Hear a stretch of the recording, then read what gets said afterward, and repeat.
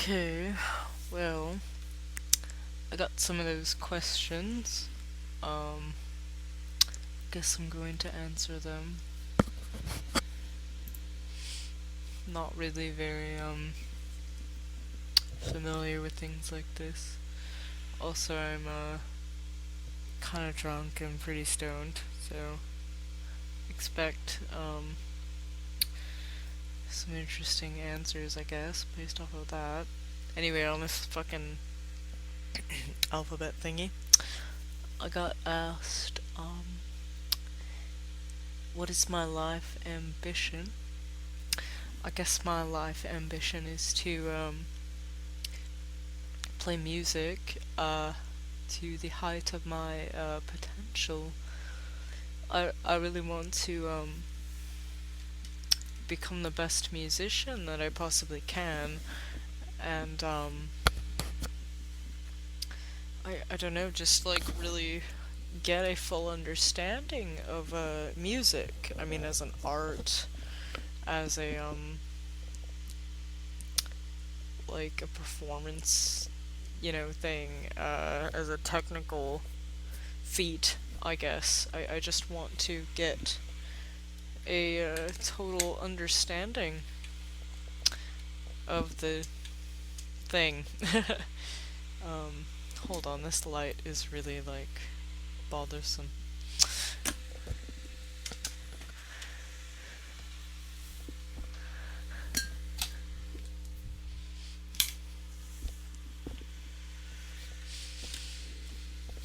That's better.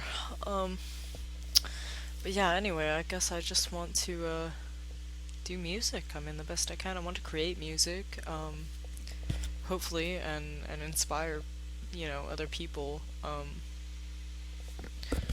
I don't know. I mean, I'm not really striving to be a true original or anything. I just want to hone my abilities and create whatever I can in the span of my life, and hopefully at some point contribute to others' understanding of music and other people's like interpretations of it. And I just want to learn as much as I can at this point about it. Um, yeah, that's really what I want to do. So the next one is am I afraid of death? I'm not really. Um, I can attribute this to having done a small amount of psychedelics over a period of a couple years, and through doing some of the stronger psychedelics. I did LSD once. Um, it really gave me a sense of peace with the concept of death and everything, and the concept of losing the sense of self and the sense of ego that we gain as human beings, I guess. Because I did experience a fair amount of ego death, I suppose I would call it. Um,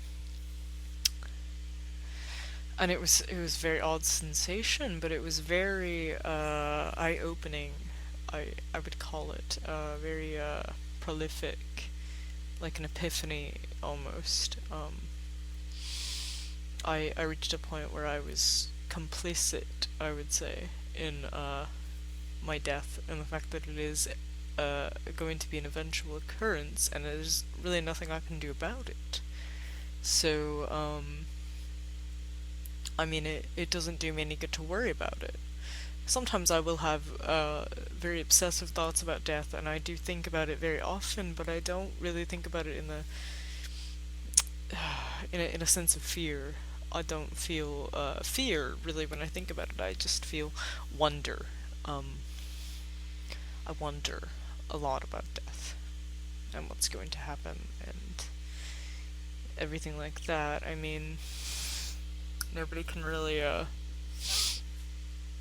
tell us what occurs, so I'm just interested in what's going to become of me, I guess. I mean, my corporeal form is going to dissolve or whatever. I'm going to, my body's going to decay, and my consciousness is going to leave somehow.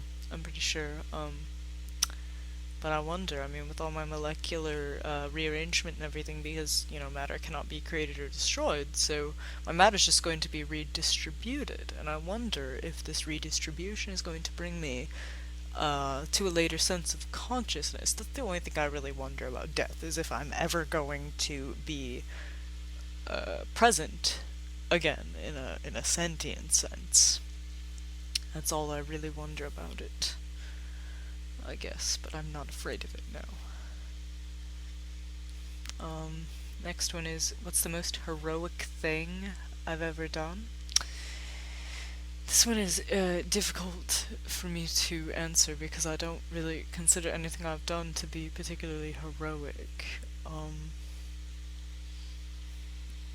really. I mean, I have a very low opinion of myself. I mean, I try to have a higher one, but it doesn't usually work out that way. I don't really consider a lot of my acts to be heroic. I'm very passive. I will notice things. I'm more of an observer.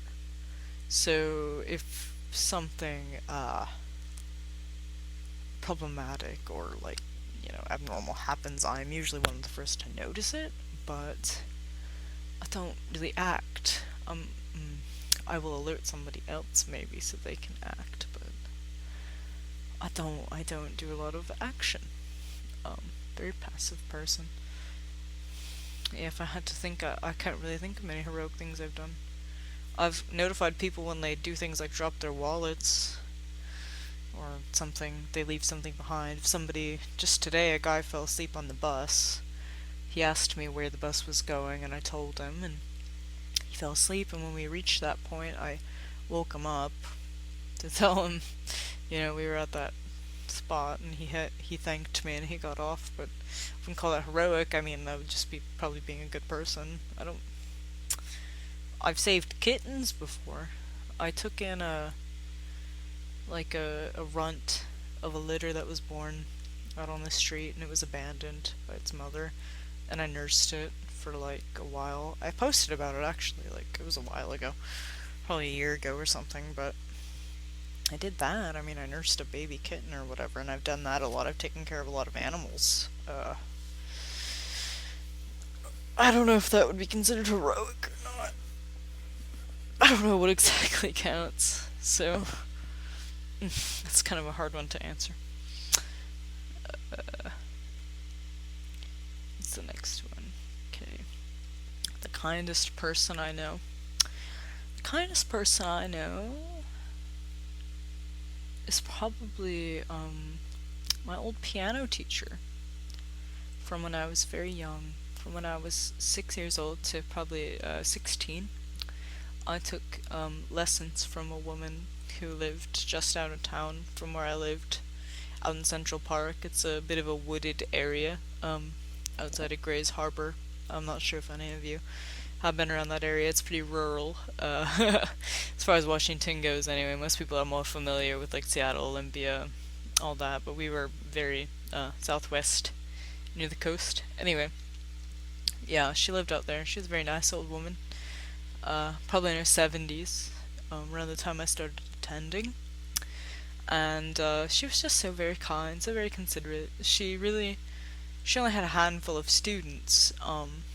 Actually, well, when I started, she took about 50, and throughout the course of my, going to her for lessons on the piano, she cut down her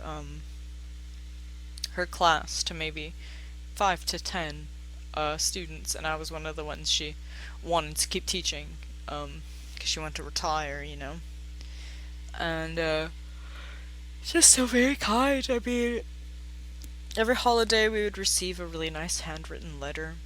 She was like that, very traditional. She'd give us gifts for holidays. Nothing special, I mean, but she would, do something like that, and she was always a very good teacher. She taught according to each student's needs, and she paid attention to what each student, required, musically, and she had a really good way of conveying a sense of music to me, a sense of melody, a sense of tempo, everything. She really taught me the basics in a really solid way, to the point where even now, in my young adult years, I go back to some of the things she taught me. You know, the basics, they always stick with you, and you always need to keep, practicing them, reiterating them. Uh, so she was a really important resource for me, and I just always remember her being very kind. You know, even if I was struggling with something, she was never harsh to me. Uh, when I was learning the instrument, always very encouraging. I mean, she honestly kept me playing it for those first 10 years, that first decade. I mean, past couple of years I kind of had a falling out because I got a little tired of it, and I took some time off. I wish I hadn't now, but it's understandable because I was getting to the point where my proficiency was high enough where I was practicing several pieces a week, several hours. My hours of practice had jumped from 6 to about 8, on top of school, mind you. That's 8 a week, not a day. But it's still quite a bit for a high schooler, and my depression got really bad, and I buckled under it, so I quit for a couple weeks, but she always encouraged me to do it, and, I kept playing, sporadically, because of her, really. And I'm very thankful for that, because now I'm at the point in my life where I want to play as much as possible, and, I don't have the opportunity to do that. I don't have a piano at my disposal, so I'm finding myself yearning for the days when I did, and it's really all thanks to her and her kindness and her really empathetic way of teaching. So yes, I would say that my piano instructor is the kindest person I know. Very, very nice woman. What's the next one? Let's T. Do I have trust issues? Sounds very juvenile. Trust issues. Well, I don't trust people easily. You know, I'm very cautious. I err on the side of caution, as you would say. Um, yes, I don't consider myself to be naive. Um, it takes me a lot of communication, a lot of time spent with a person to really trust them, because I have been, you know, hurt by people before, and that always causes significant mistrust. So, that answer is a little simple. I guess it would just be no. Yeah. Or yes. I don't know. I mean, trust issues. That sounds really, like, dodgy, really, like, just. I don't know. I don't have issues with trust. Trust is a very easy thing. It comes from honesty. So if I can tell that a person is honest, then it will be very easy for me to trust them. The only time I really have issues with trust is when a person proves themselves to be untrustworthy. So I guess that's really the only issue I have with it. The question is very oddly worded. There's only one left. Would I ever consider a threesome? Well, I mean, I have had those before. I've had a couple. Obviously I considered them before having them. They were all very safely done.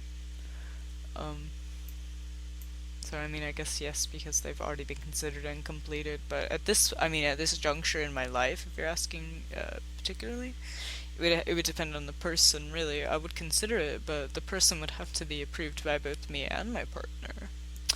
And if we both, agreed on having this person, come into whatever scenario we're, planning or whatever, then yes. But the consideration would definitely be careful. Yeah. So that's that. Hope I didn't talk your ear off. Thanks for asking those, I guess. Hope I didn't make too much of a fool of myself.